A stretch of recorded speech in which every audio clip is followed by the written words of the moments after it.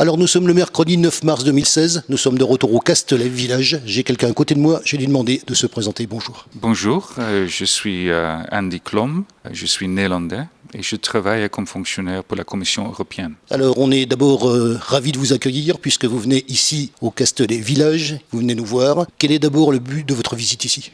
Je viens d'arriver ici au sud de la France depuis janvier comme le chef faisant fonction de la représentation de la Commission européenne à Marseille. Et la Commission européenne comme exécutif de l'Union européenne connaissent un réseau de représentation diplomatique dans les 28 pays membres de l'Union. Et dans des pays membres plus larges, comme la France, l'Allemagne et l'Italie, on n'a pas seulement une représentation capitale nationale, mais aussi une ou des représentations dans la région. Et pour la France, on connaît une représentation ici pour le sud de la France, à Marseille, qui couvre la région PACA, mais aussi la région Languedoc-Roussillon, Midi-Pyrénées. Alors c'est un terrain très large que nous devons couvrir et nos activités se trouvent surtout dans 4 domaines. En premier lieu, on fait des contacts politiques, des contacts avec les autorités territoriales, les politiciens, les partis, les mouvements. C'est clairement une représentation politique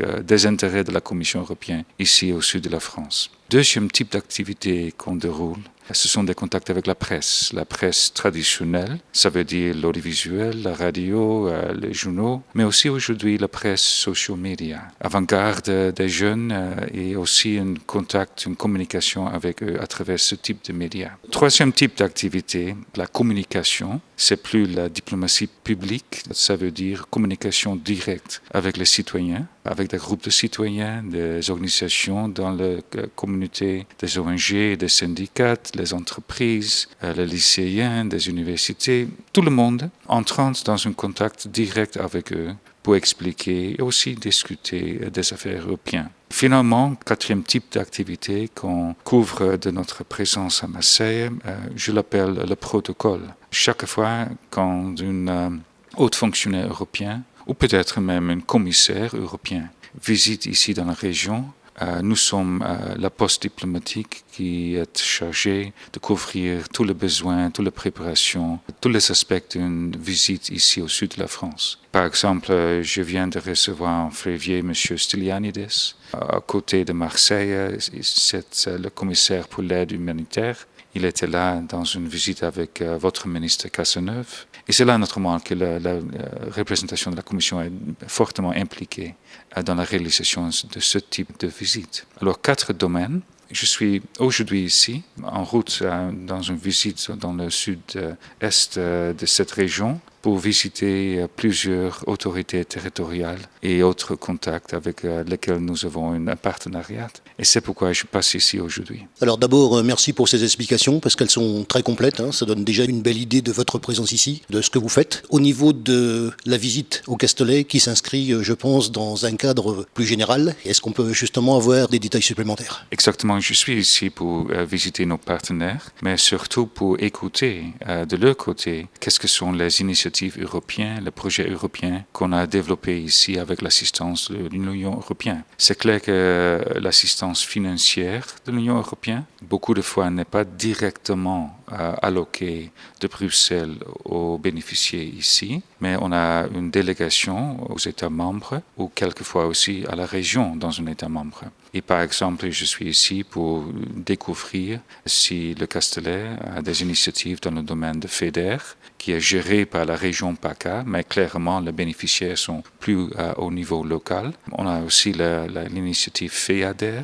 pour les communautés rurales, surtout autrefois gérée par la région PACA. Mais on a aussi certaines initiatives qui viennent directement de Bruxelles. Par exemple, notre programme de recherche et d'innovation qui s'appelle Horizon 2020. C'est là que Bruxelles nous-mêmes ferons le choix. Peut-être pas directement relevante pour le Castelet, mais certainement pour plusieurs entités et organisations dans cette région ici, la grande agglomération de Toulon-Provence. En plus, notamment, on a des autres initiatives pour les PME et surtout à ce stade, et ceci c'est très important, pour toute la région PACA, à l'initiative du président Juncker de la Commission européenne, pour créer un grand plan d'investissement. Le président Juncker veut stimuler l'investissement dans notre économie pour atteindre plus de croissance et à cause de ça aussi plus d'emplois. Il veut investir plus de 315 milliards d'euros dans les prochains 2 ans. Le plan a été lancé pendant l'été de l'année passée. On a déjà investi plus de 60 milliards d'euros, aussi avec 8 programmes ici en France. Mais la loquette reste ouverte parce que ce grand plan d'investissement, c'est une initiative sans allocation nationale ou régionale. C'est ouvert pour toutes les entreprises, toutes les entités en Europe et on doit vraiment présenter des propositions de haute qualité pour compléter dans ce type de sélection.